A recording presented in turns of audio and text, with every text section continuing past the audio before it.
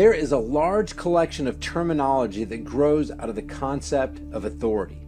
What all such terms have in common is that they imply a certain legitimacy to one group of people forcefully controlling another group. Here are just a few examples. The term government. As mentioned before, government is simply the term for the organization or group of people imagined to possess the right to rule. Many other terms describing parts of government, such as president, congressman, judge, and legislature, reinforce the supposed legitimacy of the ruling class. The term law and legislation have very different connotations from the word command.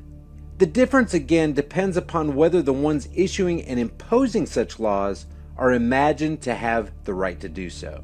If a street gang issues commands to everyone in its neighborhood, no one calls such commands laws. But if government issues commands through the legislative process, nearly everyone calls them laws. In truth, every authoritarian law is a command backed by the threat of retaliation against those who don't comply with that law. Whether it's a law against committing murder or against building a deck without a building permit, it is neither a suggestion nor a request, but a command. A command backed by the threat of violence, whether in the form of forced confiscation of property, like fines, or the kidnapping of a human being, like imprisonment. What might be called extortion, if done by the average citizen, is called taxation when done by people who are imagined to have the right to rule. What would normally be seen as harassment, assault, kidnapping, and other offenses are seen as regulation and law enforcement when carried out by those claiming to represent authority. Of course, using the term law to describe the inherent properties of the universe, such as the laws of physics and mathematics, has nothing to do with the concept of authority. Furthermore, there's another concept called natural law, which is very different from statutory law or legislation. The concept of natural law is that there are standards of right and wrong intrinsic to humanity that do not depend upon any human authority, and that in fact supersede all human authority. Though that concept was the topic of many discussions in the not-so-distant past, it's rare to hear Americans using the term law in such a context today, and that concept is not what is meant by law in this video series. Now, what about the term crime? The flip side of the concept law is the concept of crime, the act of disobeying the law. The phrase committing a crime obviously has a negative connotation.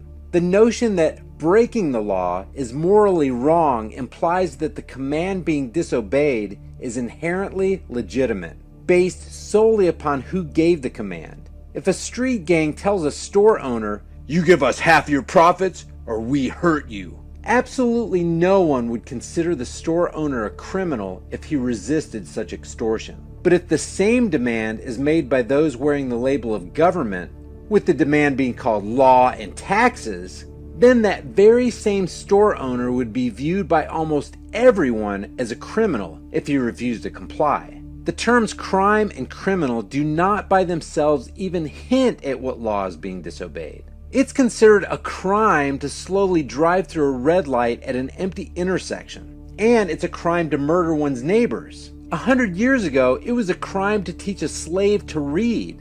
In 1940s Germany, it was a crime to hide Jews from the SS. In Pennsylvania, it's a crime to sleep in or on top of a refrigerator outside. Literally committing a crime means disobeying the commands of politicians, and a criminal is anyone who does so. Again, such terms have an obvious negative connotation. Most people do not want to be called a criminal, and they mean it as an insult if they call someone else a criminal. Again, this implies that the authority issuing and enforcing the laws has the right to do so. How about the term lawmakers? There's a strange paradox involved in the concept of lawmakers, in that they're perceived to have the right to give commands, impose taxes, regulate behavior, and otherwise coercively control people, but only if they do so via the magical legislative process. The people in government legislatures are seen as having the right to rule. but only if they exert their supposed authority by way of certain accepted political rituals. When they do, lawmakers are imagined to have the right to give commands and hire people to enforce them in situations where normal individuals would have no such right. To put it another way, the general public honestly imagines that morality is different for lawmakers than it is for everyone else. Demanding money under threat of violence is immoral theft when most people do it, but is seen as taxation when politicians do it. Bossing people around and forcibly controlling their actions is seen as harassment, intimidation, and assault when most people do it, but is seen as regulation and law enforcement when politicians do it. They're called lawmakers rather than threat makers, because their commands, if done via certain legislative procedures, are seen as inherently legitimate. In other words, they are seen as authority, and obedience to their legislative commands is seen as a moral imperative. Let's look at the term law enforcement. One of the most common examples of authority which many people see on a daily basis are the people who wear the label of police or law enforcement. The behavior of law enforcers and the way they are regarded and treated by others shows quite plainly that they are viewed not simply as people, but as representatives of authority to which very different standards of morality are believed to apply. Suppose, for example, someone was driving down the street not knowing that one of his brake lights had burned out. If the average citizen forced the driver to stop and then demanded a large sum of money from him, the driver would be outraged. It would be viewed as extortion, harassment, and possibly assault and kidnapping. But when one claiming to act on behalf of government does the exact same thing by flashing his lights and chasing the person down if he doesn't stop, and then issuing a ticket, such actions are viewed by most as being perfectly legitimate. In a very real sense, the people who wear badges and uniforms are not viewed as mere people by everyone else. They're viewed as the arm of an abstract thing called authority. As a result, the properness of police officer behavior and the righteousness of their actions are measured by a far different standard than is the behavior of everyone else. They are judged by how well they enforce the law, rather than by whether their individual actions conform to the normal standards of right and wrong that apply to everyone else. The difference is voiced by the law enforcers themselves, who often defend their actions by saying things like, "I don't make the law, I just enforce it." Clearly, they expect to be judged only by how faithfully they carry out the will of the lawmakers, rather than by whether they behave like civilized, rational human beings. And how about the terms country or nation? The concept of law and crime are obvious offshoots of the concepts of government and authority. But many other words in the English language are either changed by the belief in authority or exist entirely because of that belief. A country or nation, for example, is a purely political concept. The line around a country is, by definition, the line defining the area over which one particular authority claims the right to rule, which distinguishes that location from the areas over which other authorities claim the right to rule. Geographical locations are, of course, very real, but the term country does not refer only to a place. It always refers to a political jurisdiction, another term stemming from the belief in authority. When people speak of loving their country, they are rarely capable of even defining what that means. But ultimately, the only thing the word country can mean is not the place or the people or any abstract principle or concept, but merely the turf a certain gang claims the right to rule. In light of that fact, the concept of loving one's country is a rather strange idea.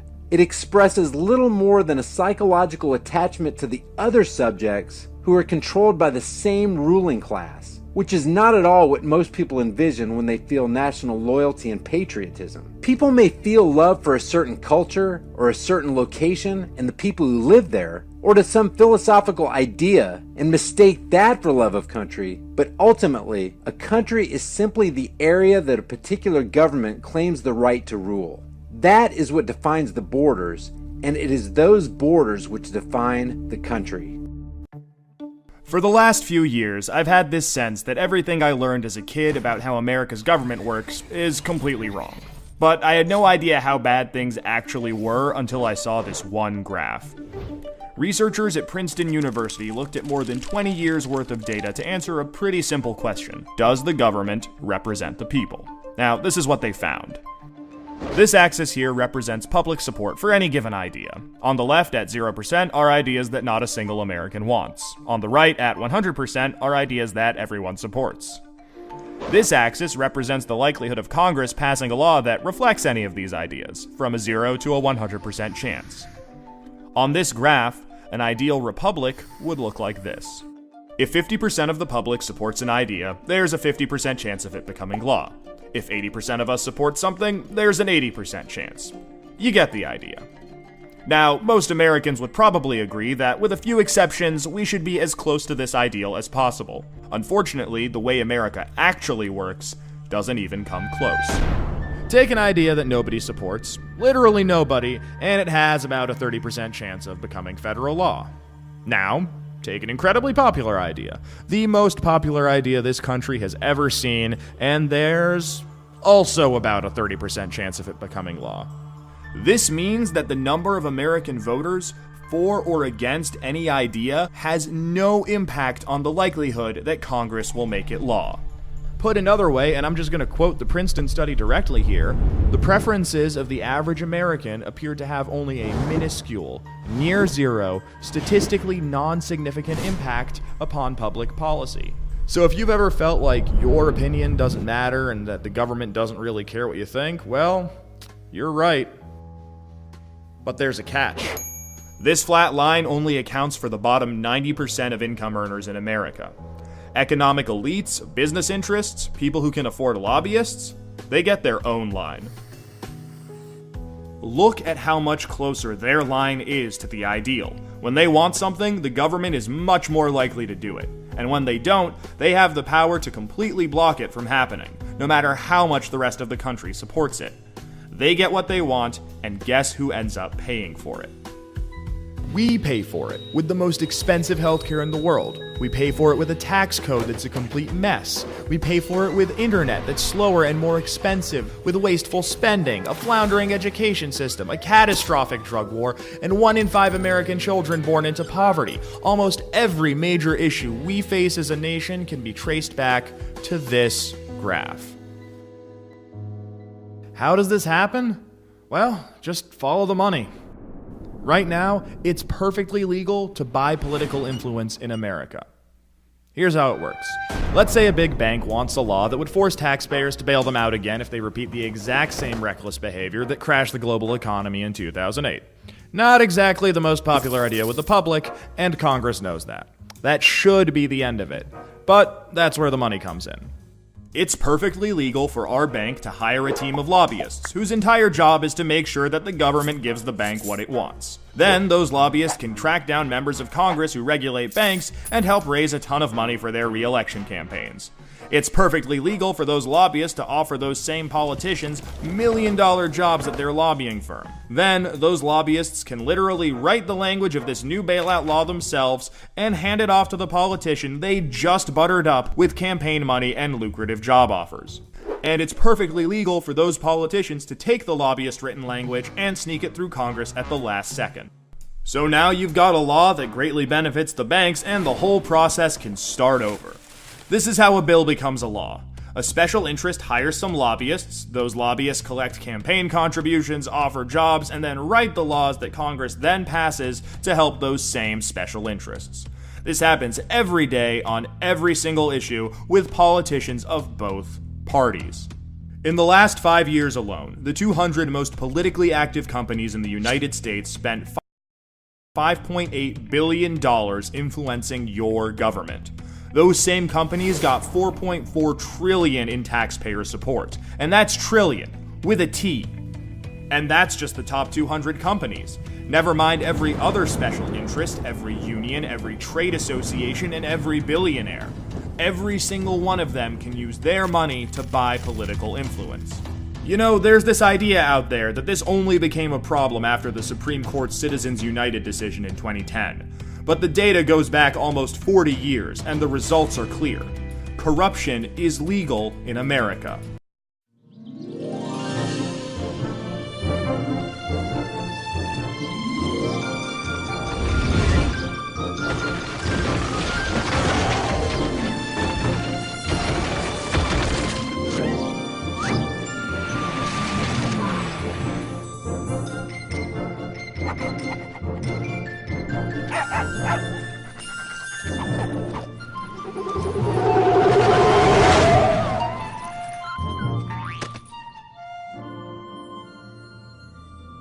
The American dream. There's a reason they call it a dream.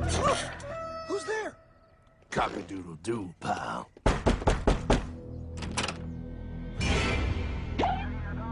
No, no, no, no, no! I don't have any more money! My job sucks right now, please! I'll have more money next month! You can't take my house! Is that your signature? Oh, okay, well, just help me work something out, okay? I mean, you said I'm a good credit guy, right? I mean, hey, wait! My dog is in there! No, don't take my dream! Oh, how did this happen?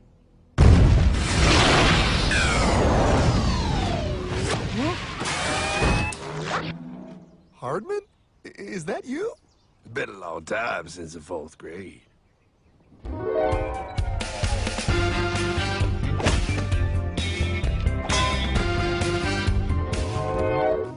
Is that a time machine? There's no need to concern yourself with my stunning accomplishments. Best get in. There's not much time. I gotta go down to the bank and get my life back. They took everything! Oh, bank ain't gonna help you now. Towel in the trunk. Extra set of balls. Put them on. You're gonna need them. You're gonna get my dream back? No, pal. You are. I'm here to show you how.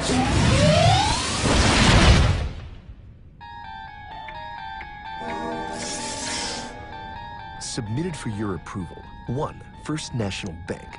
What is a bank, you ask? A curious place where both space, time, and irony exist. And yet, don't. You gonna be doing that the whole time? Pay attention, pile. Exhibit A. Those who have come to deposit and safely store their earned monies. Exhibit B. Those who need to borrow said money for purposes unknown. Hey! That's me! Ergo, Exhibit C. The bank only has so much money in the vault to lend out to people such as you. Hey!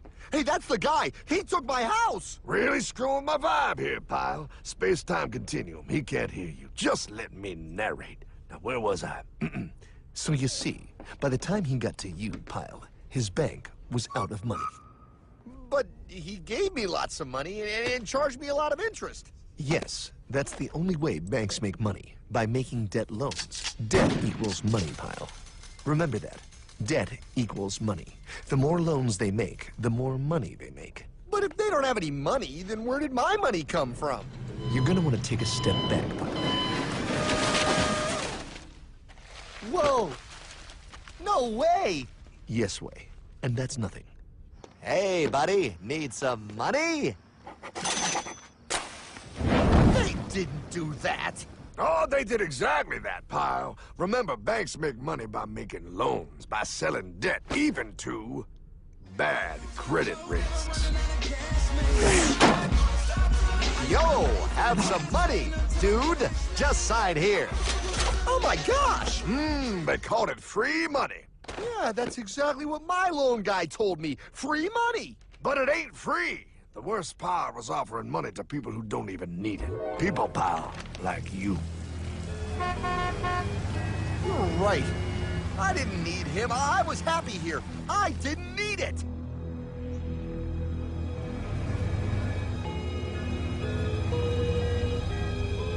Why's he sad? He's making all that money.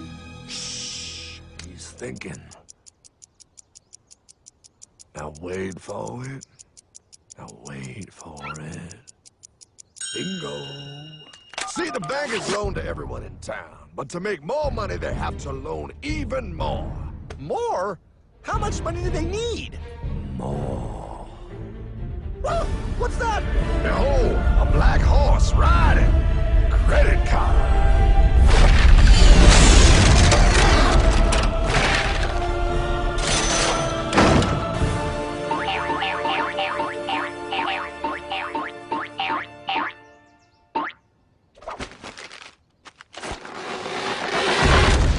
Wow, look. I mean, it's gonna be okay. Everything's gonna be okay. What now? Now, with Pa with all this money, we might as well party.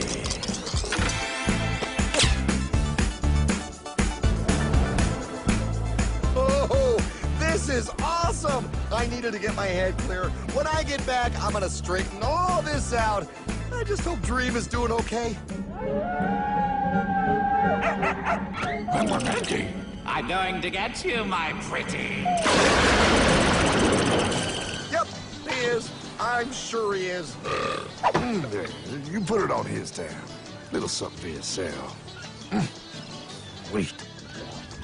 You know, wait a second, Hartman. I just thought of something. If I got this money from the bank, and the bank got it from the Federal Reserve dump trucks, Go on. then where does the Federal Reserve get their money?